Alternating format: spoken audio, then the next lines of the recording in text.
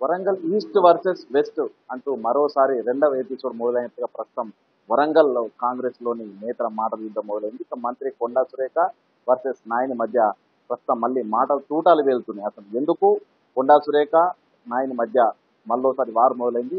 నాయని గారు ఉన్నారు. సార్ నమస్తే.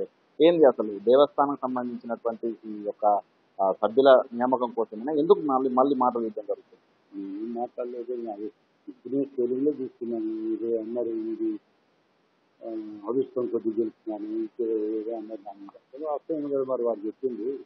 మహిళా మంత్రి గారు అంటే మాకు ధర్మకర్తలకు సంబంధించి నిజంగా మా వాళ్ళు ఎవరు లేదనుకో అధిష్టానం చెప్తేనే చేసుకున్నా కదా, నాకు ఆ కూడా ఇద్దరిని నియమించిన అప్పుడు అని మాట్లాడుతున్నారు. ఇద్దరు నియమిస్తున్నారు అని అంటే ఇది పొద్దుగా రాజీనామా చేస్తారు. గతంలో 5 వేసుకుంటుంది, ఇప్పుడు 2 వేసుకుంటుంది, 7 వేసుకుంటుంది. లోకల్ ఎమ్మెల్యే కనీసం చెప్పడం అనేది ధర్మం కాదా?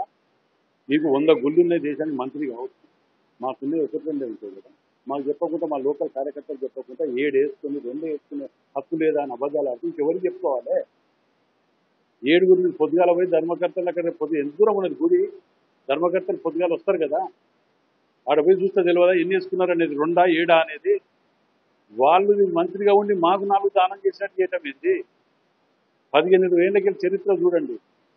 2 వేసుకుంటారు, మిగతా అన్ని వెస్టే తీసుకుంటారు. నేను అట్లా కూడా తీసుకోలే. వరదలపేట ఒక పేరు, పరకాలకు ఒక పేరు, గన్పూర్కి ఒక పేరు, పొన్నం ప్రభాకర్ గారికి ఒక పేరు, 5 6 నేను తీసుకొని 2 3 వాళ్ళకి ఇవ్వాలని ఆలోచన నాది. నియోజకవర్గంలో ఉన్న దేవస్థానానికి మీరేడేసుకొని నాకు దానం చేసినట్టు 4 ఇవ్వటం అంటే అది అంటే మీరే పేర్లు ఇవ్వలేదు, అసలు ధర్మకర్తలు నియామకం కానిస్తలేరు, వాళ్ళు ఇయ్యరు, మీ ఇస్తే నన్ను ఇట్లా మాట్లాడుతున్నారు. ఇప్పుడు వాట్సాప్లలో పంపించినట్టు మారాయి కదా డేట్లు. అయితే ఇయ్యలేదు. మీరు రాత్రి పూట నన్ను ఇచ్చి మనం బియ్యం పొద్దుగాల మీరు 7 8 గంటలకు రండి, 9 గంటల వరకు రాని పిఏ వస్తాయి. ఆయన సెల్కేలు వాట్సాప్ చేసినవి ఉంటాయి. వాళ్ళ పిఎస్కు పిఏకు పేర్లు తీసుకొని మంత్రి గారు చేయరు కదా. నా పిఏ వాళ్ళ పిఏకి చేస్తాడు.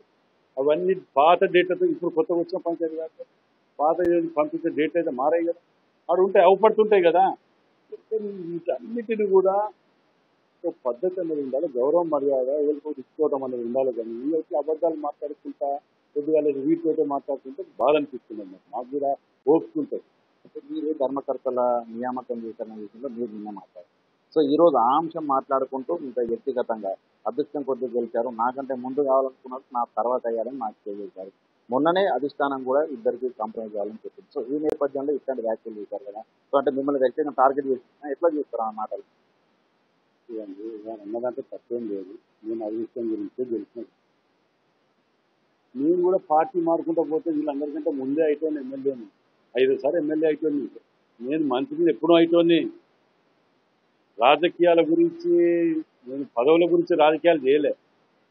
రాజకీయాలు చేసుకుంటే పదవులు వస్తుంటాయి పోతుంటాయి అని చెప్పి ఎన్ని కష్టాలు వచ్చినా, ఎన్ని కేసులు పెట్టినా, ఎన్ని ఇబ్బందులు పెట్టినా జిల్లాల పార్టీ మారకుండా నిలబెట్టుకున్న వ్యక్తి నేను. నా అదృష్టం గురించి మాట్లాడే వీళ్ళతో అంటే మొన్న కూడా చూశారు బంగారు బోనం విషయం లోపల కూడా మీరు ఆ విషయం లోపల రగ్గాల చేశారు. సో ఇప్పుడు అసలు మీ డిమాండ్ ఏంటి? ధర్మకర్తల లోపల ఎవరు ఉండాలని మీరు? ఏం లేదండి.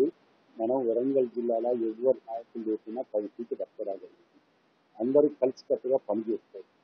ఎవరి లిమిట్లో వాళ్ళు ఉండాలి, ఎవరినెవరు ఇబ్బంది పెట్టచ్చు. 2 మంత్రులు ఉన్నారు, 2 మంత్రులు కూడా మిగతా నియోజకవర్గాలన్నింటినీ సమయన పట్టుకుంటా తండ్రి పాత్ర వహించవలసిన వాళ్ళు మీరే నియోజకవర్గాలలో ఏళ్ళు పెట్టి డిస్టర్బ్ చేస్తే ఎవరికి చెప్పుకోవాలి అని అడుగుతున్నా నేను.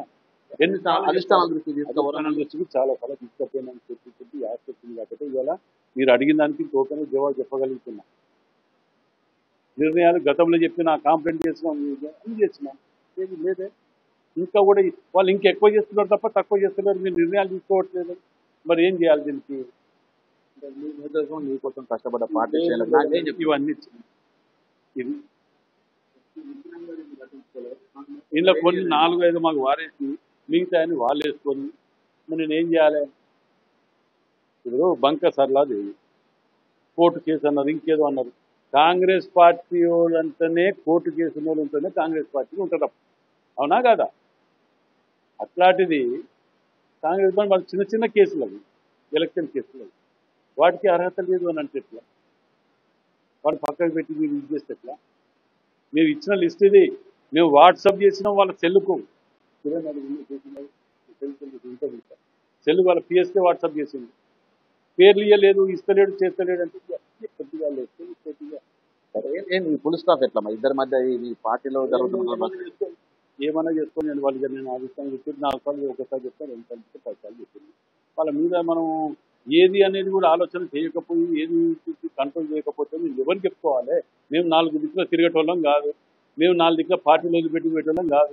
ఇంతకంటే పెద్ద సమస్యలు ఫేస్ చేస్తే పార్టీలో ఉన్నోళ్ళం. ఇప్పుడు మా కర్మ అనుకుంటాం, ఇట్లాంటి ఏం చేయాలి? ఎన్నిసార్లు మొత్తుకోవాలి, ఎన్నిసార్లు చెప్పాలి? ఏమైనా గట్టిగా మాట్లాడితే ఏమంటారు, ఇక బీసీ మహిళని అని చెప్పి మనం ఇట్లా చేస్తాను. నేను రెడ్డి పుట్టుకల పుట్టడం చేస్తాను తప్ప పార్టీ మారకుంటున్నా ఏ పుట్టుకల పుట్టినా నేను. ఇది మొత్తానికైతే కొండా సురేఖ నాయని మధ్య వారైతే తారస్థాయికి చేరబోతుందని చెప్పొచ్చు.